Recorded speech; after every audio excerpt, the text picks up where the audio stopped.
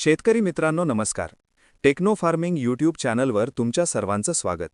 आजच्या व्हिडिओमध्ये आपण कांदा पीक व्यवस्थापन करताना कीड व रोग नियंत्रण या विषयावर माहिती बघणार आहोत.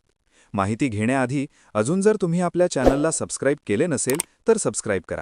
सोबत बाजूच्या बेल आयकॉनला प्रेस करायला विसरू नका. शेतकरी मित्रांनो, सध्या सर्वत्र कांदा लागवड झाली असून बऱ्याच पिकात आपल्याला रसशोषक कीड, त्यामध्ये मावा, थ्रिप्स, पांगरी माशी अशा विविध रसशोषक किडींचा प्रादुर्भाव आपल्याला दिसून येत आहे. तसेच विविध बुरशीजन्य रोग हे वाढत आहेत. तर आपण आजच्या व्हिडिओमध्ये सर्वच माहिती बघणार आहोत. तर व्हिडिओ हा शेवटपर्यंत बघा. साधारणतः कांदा पीक 25 ते 30 दिवसांच्या दरम्यान कांदा पिकात सध्या मूळकूज, करपा आणि फुलकिड्यांचा मोठा प्रादुर्भाव आहे.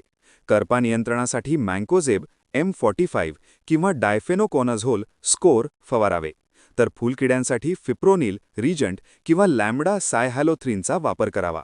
पिकातील होलावा कमी ठेवून मूळकूज म्हणजे बुरशीजन्य रोग रोखण्यासाठी ट्रायकोडर्माची मातीतून आळवणी करावी किंवा सल्फरचा वापर करावा. कांदा पीक व्यवस्थापन 25 ते 30 दिवस. करपा व्यवस्थापन ब्लाइट. पानांवर पांढरे किंवा जांभळे डाग दिसल्यास 2.5 ग्रॅम मँकोझेब M45 किंवा 0.5 मिली डायफेनोकोनाझोल स्कोर प्रति लिटर किंवा कार्बेडिझम प्लस मँकोझेब साफ 2 ग्रॅम पाण्यात मिसळून फवारणी करावी. तसेच रोगाची तीव्रता जास्त दिसून येत असेल तर कस्टोडिया ह्या बुरशीनाशकाची 1 मिली प्रति लिटर पाण्यातून फवारणी करावी. महत्त्वाचं सांगायचे झाले तर कांदा पिकाला जास्त महागड्या बुरशीनाशकांची गरज भासत नाही. तर योग्य वेळी योग्य बुरशीनाशकांचा गट क्रमांक व तीव्रतेवर आधारित बुरशीनाशकांचा वापर करावा. त्यामुळे आपल्या खर्चात देखील बचत होईल. फुलकिडे नियंत्रण थ्रिप्स. पाने चुरगडलेली दिसल्यास किंवा पानांवर बारीक पांढरटच चट्टे दिसत असतील तर 2 मिली प्रोफेनोफॉस प्रोफेक्स सुपर किंवा 1.5 मिली लॅम्बडा सायहॅलोथ्रिन कॅराटे प्रति लिटर पाण्यात फवारणी करावी. मूळकूज मररोग. पिकाला पाण्याचा ताण पडणार नाही किंवा अतिरिक्त पाणी होणार नाही याची काळजी घ्यावी. बुरशीजन्य रोगासाठी ट्रायकोडर्मा विरिडी 5 किलो प्रति हेक्टर शेणखतात मिसळून द्यावे किंवा कॉपर ऑक्सिक्लोराइडची आळवणी करावी किंवा रोको ह्या बुरशीनाशकाची आळवणी किंवा खताला कोटिंग करून पाणी देणे.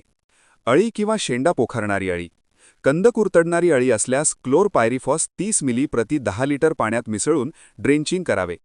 तर शेतकरी मित्रांनो, फवारणी करताना वातावरण बदलांनुसार फवारणी करावी. तसेच वेळोवेळी प्लॉटमध्ये निरीक्षण करून बघावे.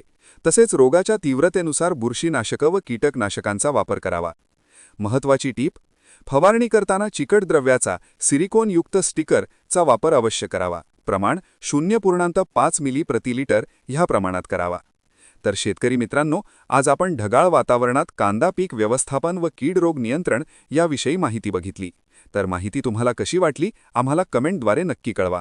तसेच तुमच्याकडेही ढगाळ वातावरण आहे का तर कमेंटद्वारे कळवा. तसेच चॅनलला सबस्क्राईब व व्हिडिओला लाईक करा. धन्यवाद.